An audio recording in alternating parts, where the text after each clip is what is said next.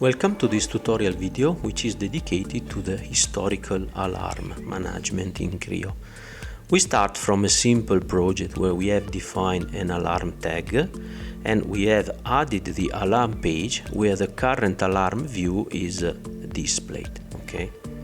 What we will do in this tutorial is add another view, which is the historical view, and try to describe which are the main differences between the current alarm view and the historical alarm view.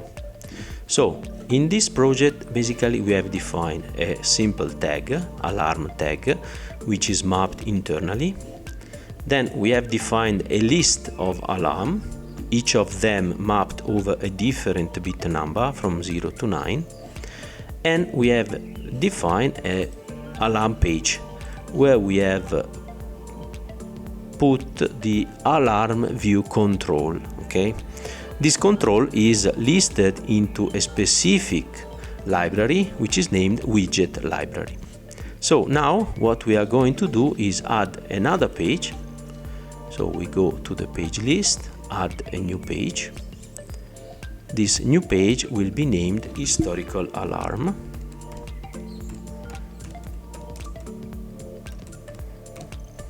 Okay.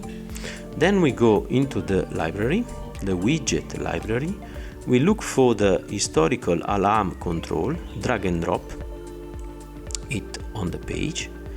And as usual, we go inside the properties of the object and we modify the column property in order to define which are the columns that has to be displayed. So for example, the alarm state,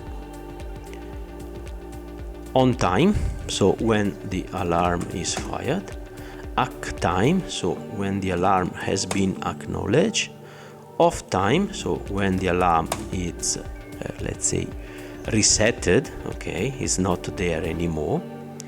The priority is not interesting because we are not managing priority, and the alarm message 200 pixels. Okay, fine. So basically this is the historical alarm.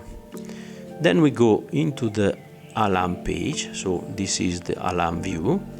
Here we can add a button in order to move to the historical alarm page. So for example, we go to the simple button text, come here,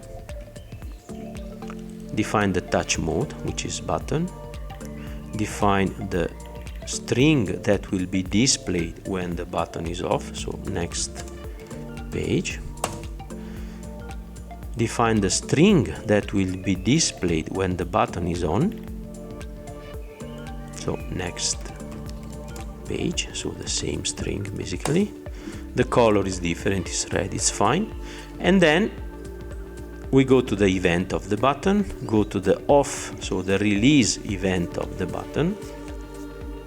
And here we can add the functionality. So the function, we go to the page folder, show page next. Okay, so this button will let us move to the next page of the list. Then basically what we can do, we can copy this button, go to, for example, historical alarm page and add the same button here. Okay, and then go to the home page of the project and add the same button here using the past option. Okay, good. Now we run the simulation in order to understand which are the differences between the active alarm view and the historical alarm view. So the simulation is going to start. So we see the browser and we see the home page. So now let's force some alarm.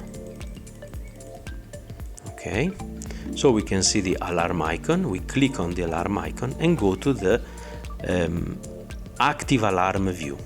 Okay, so we remove the alarm and then we acknowledge the alarm. So it means that as soon as we acknowledge each single alarm, the alarm will disappear from the active alarm view. But if we go to the historical alarm list, so we see that all the history of the alarm is available here. So we have the on, we have the off, and we have the acknowledge. So if we go back to the home page, we set again some alarm. We go to the active alarm, we have only the new alarm obviously, and if we go to the historical alarm view, we see that the new alarm are available here and the state is on, because the alarm are still, let's say, on, so are still available into the alarm view list.